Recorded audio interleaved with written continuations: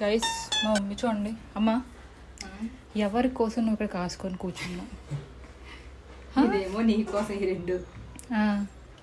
ఇది నీ కోసం కాదులే, తాతయ్య కోసం. అమ్మా ఈ మధ్యన ఏకంగా ఇక్కడికి వచ్చి కూర్చొని మరి కాసేస్తున్నావు ఏంటమ్మా? నీ మీద నమ్మకం ఎక్కువైపోయి.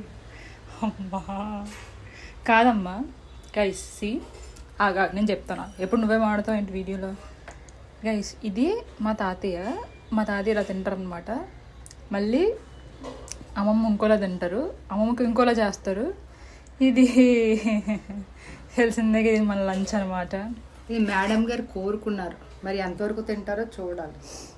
ఇందులో ఎన్ని వేసినదో దగ్గరుండి తనకు చూపిస్తూ చేశాను. చూద్దాం, దీని బతుకు ఎల్లారిపోద్ది. గైస్ కాలేజ్కి వెళ్ళేంత వరకు మా మమ్మీ ఏం చేసినా ఇలా కొంచెం తినేసి ఉన్నాం అనుకోండి, అంటే అది తెలుసు మా మమ్మీకి నేను ఎంత రెగ్యులర్గా. మమ్మీకి బీపీ రాదు అంతే, కొంచెం అలా ఏదో మేనేజ్ చేస్తున్నాను.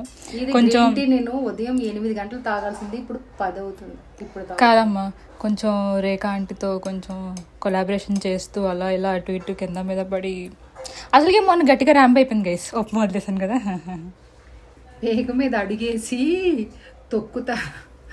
కొలాబరేషన్ తొక్క తోలంట తినే ముందు. అమ్మా కాదు, నువ్వేమంటావు డైనింగ్ టేబుల్లో తినాలంటావు, మరి ఎక్కడికి వచ్చి కాసేస్తున్నావు ఏంటి ఈ మధ్యన? అక్కడ నువ్వు అంతసేపు ఎలాగా కూర్చోవు కదా, ఎక్కడ ఎక్కువసేపు తగలాడతావు కదా, అందు గురించి అని. తప్పమ్మా.